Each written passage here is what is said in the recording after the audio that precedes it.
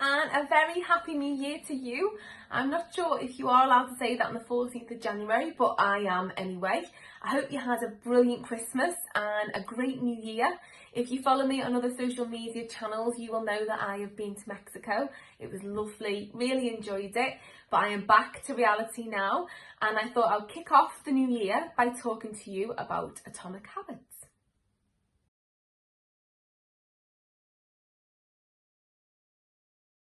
So what do I mean by 1%? Well, 1% change really does seem quite minor, and you're probably thinking, well, what difference is that going to make to my personal, professional, personal life?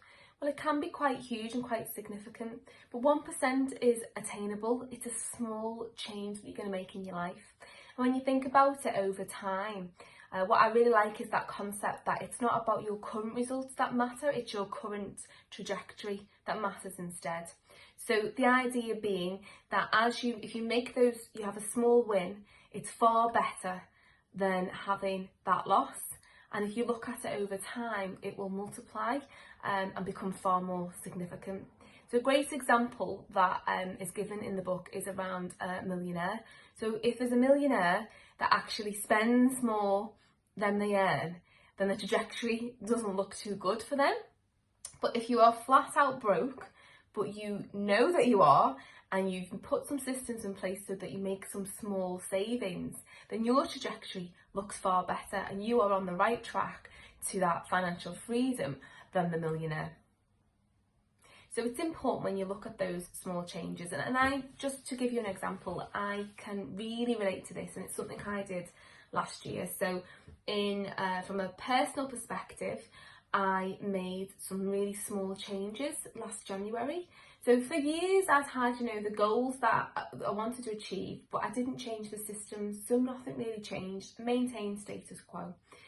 So I made some small changes. So the small changes were things like I exercised one more time a week. I drank more water. Not a massive amount, just a little bit more than I did beforehand. I drank less alcohol. I went to bed an hour earlier. And honestly, the results, they were not results, that didn't make a change in a few days, even a few months, but year on year now, and I can look back and I've got photos that I can look at. I can think about my energy levels. I dropped a dress size.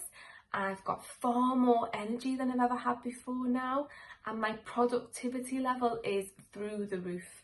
And I've been able to apply that then to my business. So not only have I made some real significant improvements in my well-being, it's impacted on everything else in my life as well. And it really was just small changes. But what I did do is make changes to my habits in a positive way.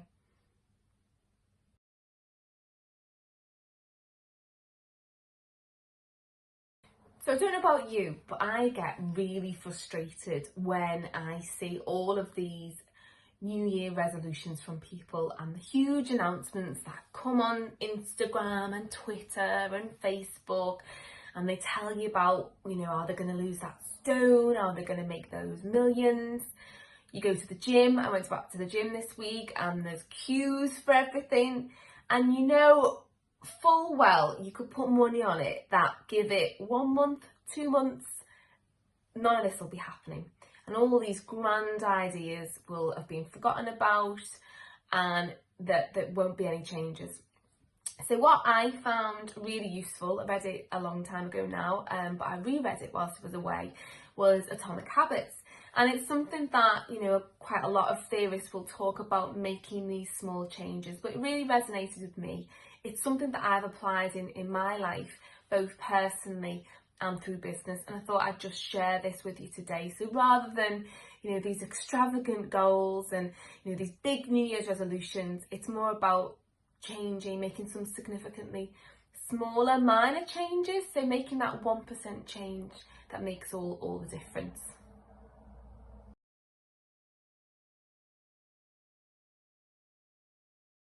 So my next point is around goals and systems. So I do have a difference of opinion here to the book. So in the book, it talks about, it doesn't really matter whether you've got the goal, it's about the systems that you put in place. And what the book says, and the author says in the book, is that if you don't have a goal, it won't really matter, because as long as you've got good systems in place, you'll still reach the same point. Now, I totally agree with the systems.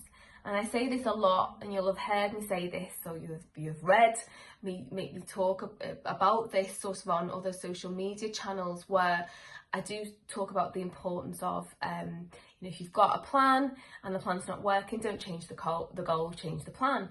Same applies to the strategy.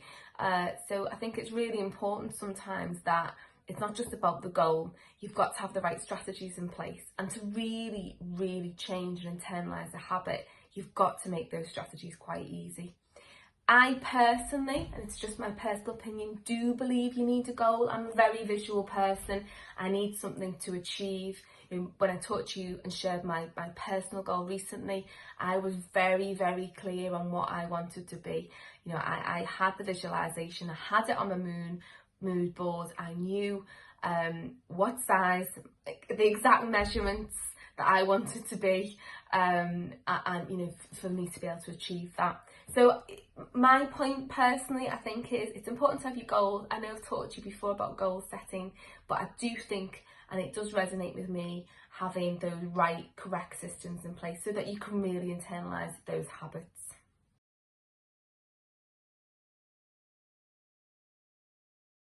So give it some thought. What do you think you could change? Are you happy with the goals that you've got personally, professionally, in business?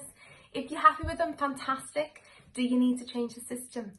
What small changes, going back to that 1% habits, can you change in a positive way this year?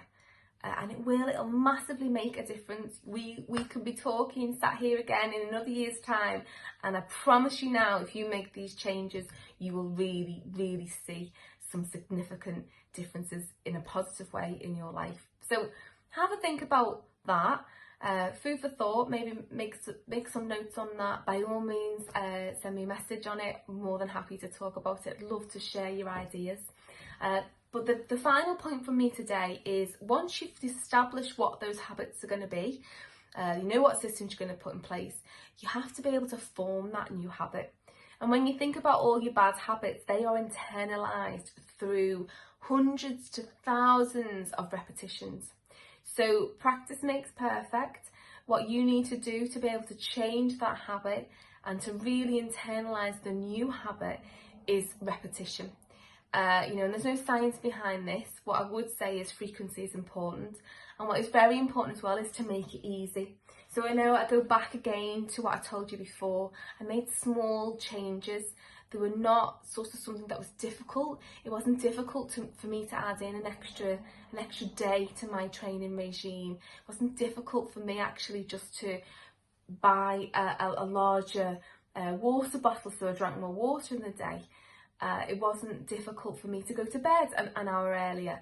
And these were things that were easy. They were easy habits for me to change. They were easy habits for me to practice. So now, that is just the way in which I live. And I certainly doubt that I would ever go back to those bad habits. So I hope this is helpful. I would recommend the book. It's a good read. And I'd love to hear of what you do, if you do take any of it on board, and if you do make any of those changes. I'll see you next week.